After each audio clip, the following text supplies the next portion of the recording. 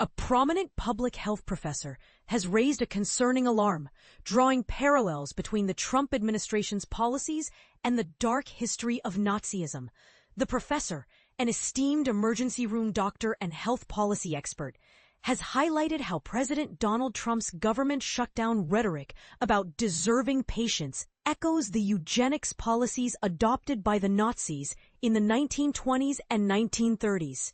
This comparison is particularly striking as it reveals a disturbing trend in the current administration's approach to healthcare and immigration.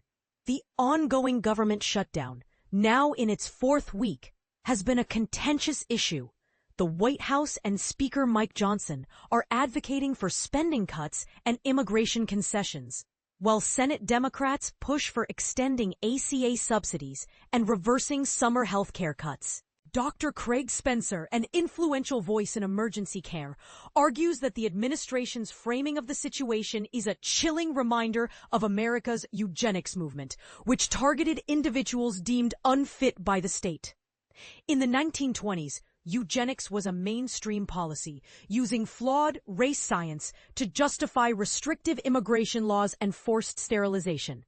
The language used by the Trump administration, Spencer notes, is eerily similar in its emphasis on deserving individuals for government benefits, whether it's access to health care or immigration status.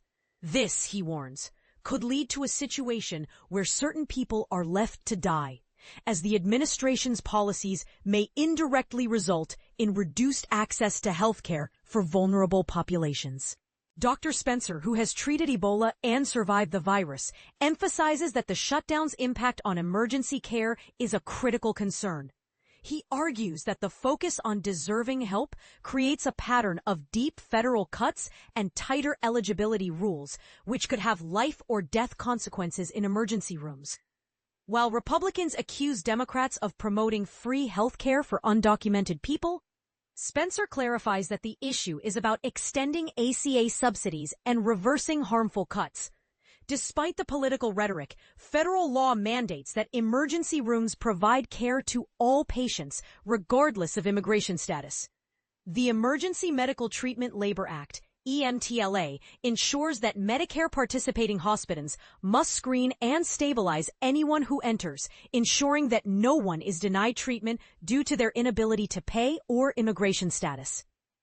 However, the professor expresses concern that the shutdown's impact on workforce cuts could compromise this principle.